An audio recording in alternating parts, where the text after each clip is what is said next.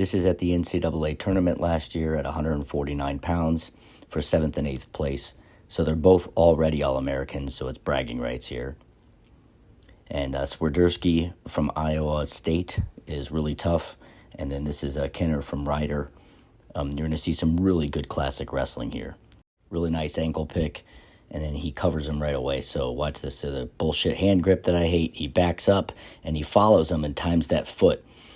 And you see how it looks like he's pulling it. He's not. He's driving over it. And then watch, he covers right underneath the arms, just like I say on my channel and on the instructional. Got to cover underneath the arms. And he pushes him out of bounds here, which that'll get you in trouble because refs hate that because it means that, you know, you didn't keep it in the center of the mat and you pushed him out so that you could get a restart.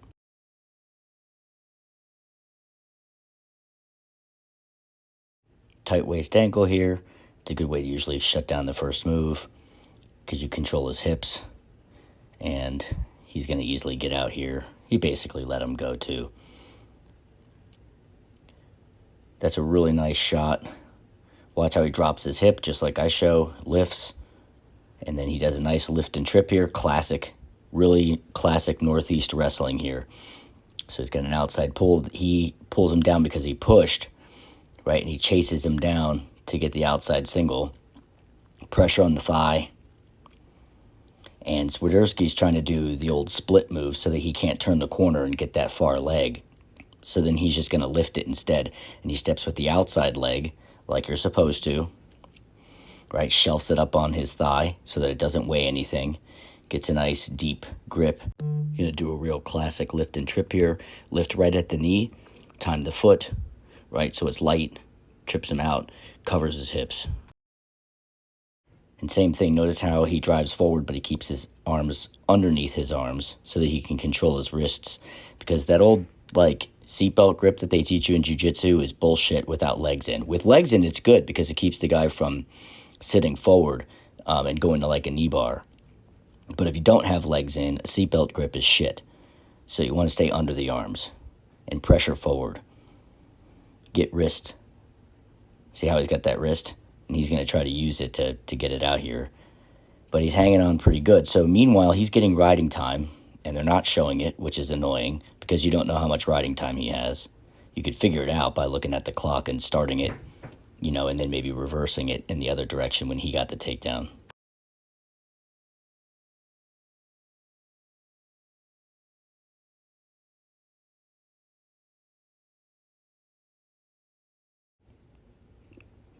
Very classic Northeast wrestling, right into the crab ride. Right, so when he pushes back, you suck him back into your legs. Right, but with those hooks. So he gets to his feet, he's got hand control, basically lets him go. So push, pull, and so how he stays on the legs. That's something I teach that's classic. Now watch, he does it from the over tie. Notice how he's on the outside of the collar tie, and then goes to that same ankle pick again and wraps up the legs. That shuts down the scramble. This is something I show on so many of my takedowns on YouTube. But then also in the instructional, I talk about it a lot. Watch, see, climbs it up, controls the hips. Right, that keeps the scramble down. Because you don't want a guy scrambling on you, particularly at this level. So, out of bounds, restart.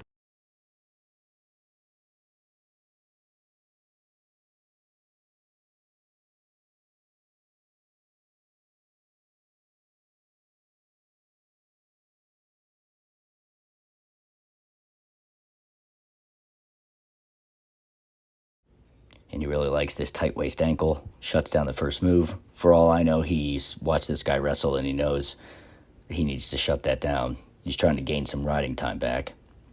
But not a whole lot of riding in this match.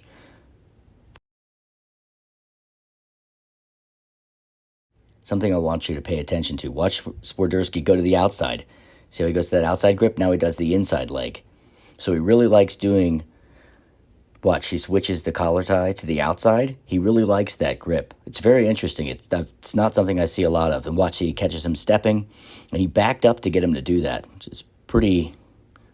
Most people are taught to not follow you, but in the heat of the battle, and you saw how fast it was, he's really, really good at that, and good on both legs.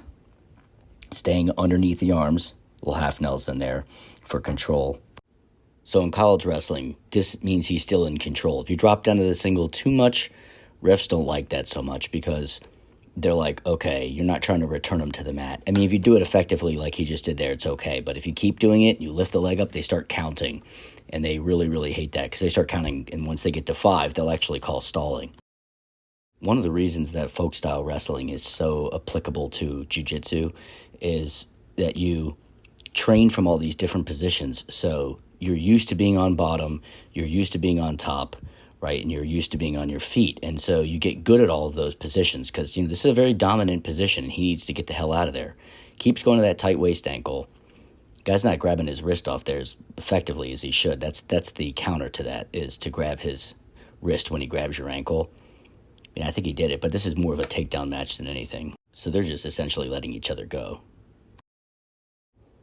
So still that same bullshit grip. Refs usually hate that. Now he's starting to time it better. Beautiful shuck. Let's look at that again. So he pushes, right, and he shucks him by. And see how he tries to dive towards the ankles? That's the correct idea, right? Shuts down the scramble. He didn't get there in time, but that's the right idea. So here he uses it to get past both hands, double.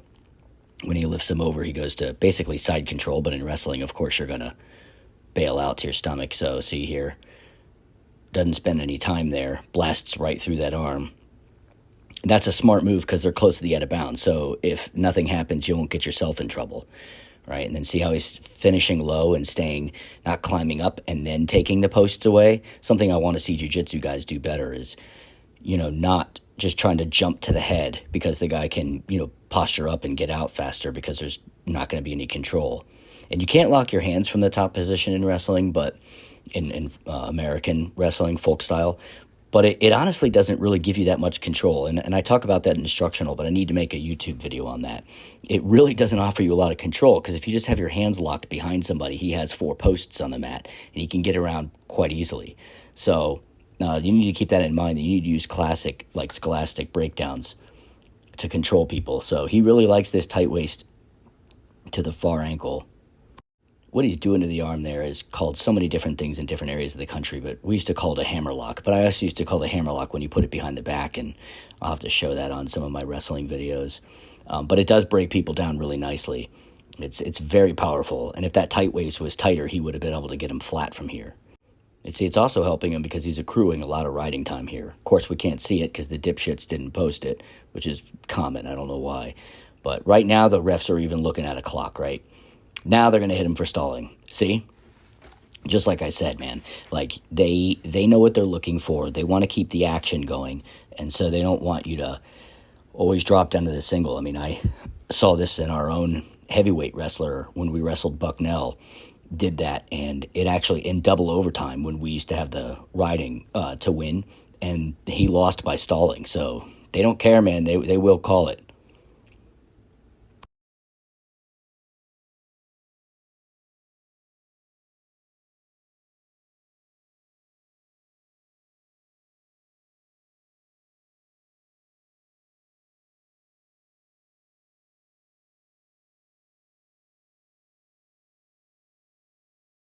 See, now he's getting good head position here. See that head block?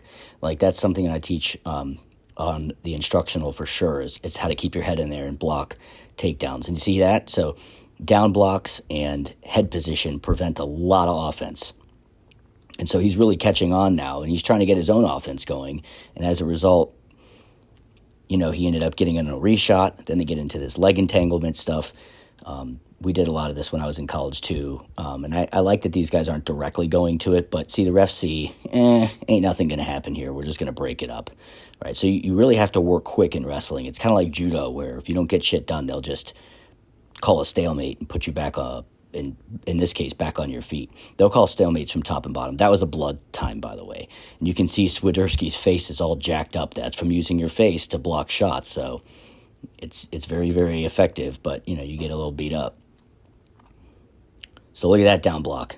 Classic down block. He got past his head, but he didn't get past his hands. And that's why I don't like shooting from space, because if you don't control the guy's arms and hands, right, particularly at the elbows, then you're not going to get around. And that wasn't the best time to do that drag or the shuck, because he wasn't pushing. He was actually backing up.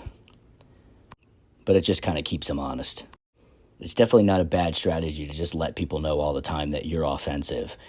So even from that position, he was unlikely to score from there, but it just keeps him honest. Keep the other guy thinking, like, anything that I do, this guy's going to try to attack me. Good stance. See how good Swiderski's stance is? You notice that the stance levels change. People use this argument all the time in jiu-jitsu that you can't have a wrestling stance. And it's kind of bullshit because nobody's bending over all the time. And nobody's straight up. That's an Iranian. I show that on my recent post on my YouTube channel, and not posting your hand on the mat unless you're going to go to the Iranian. But it results in nothing. And in jiu-jitsu, you really got to be careful from that position because he's got one arm in, one arm out, and can get triangle choked. You used to be able to figure four the head in wrestling, and they keep changing those rules. So a lot of these things cross over to different styles. Yeah, see, they're not all, like, bent over, Like, they got good stances, man. They're, front headlocks are a big problem in wrestling, too. So... And notice how they don't hang on to collar ties, right? They're very effective and aggressive with them. Something that I definitely want to see change in jiu-jitsu. And I think it will when the stances change and the stalling rules change. Push-pull, all that kind of stuff will become more into play, and there'll be better wrestling. Right now, the rule sets don't allow for it, really. So a lot of, kind of attacks here, but now they're starting to figure each other out, so the game gets harder. And believe me, fatigue has already started to set in. I mean, these guys are in phenomenal shape, but I don't care how good a shape you're in. If you go sprinting, you're going to get tired. And so wrestling is sort of sprinting on and off with a little jogging in between. One thing I also really love about wrestling is the out of bounds is utilized a lot. They're not wrestling out on the fucking wood, At ADCC, you can practically wrestle into the parking lot. And so, again, Swiderski's starting to be cautious and putting his back to the edge of the mat, and boom, he gets hit with stalling, 1 point green. So that's 2 stalling calls, right? 3 more and you're actually disqualified. He knows it. That's why he's circling back in bounds. It's hard to call a guy for stalling when he's doing that. So there's a lot of gamesmanship and, strategy that goes into wrestling. It's not just 2 guys, going out and beating on each other. They know the rules. That's why it gets so awesome at this level. And this is a really nice attack, re-attack. See that? Boom. And then now he goes to the underneath, right? And he's trying to, I'll show you this again. So see how he posts at the elbow? And then he goes to the outside single, and Swiderski switches it up and drags a little bit there to get to that ankle because he left it behind. So then he tries to dive under and pull his leg over top of his body. And if he had, he would have put Swiderski in trouble, but he just sort of sags his hips back. And this is kind of a danger position if he goes to the crossface to put him on his back, which is what he's going to do because it's classic wrestling. See now, crossface, put him on his back, and then now the ref starts counting, awards the takedown, starts counting back points. That initial count was what they call the danger count, which is something new. I hope you enjoyed this really great classic wrestling. Please consider contributing to the Patreon and follow my YouTube and Instagram.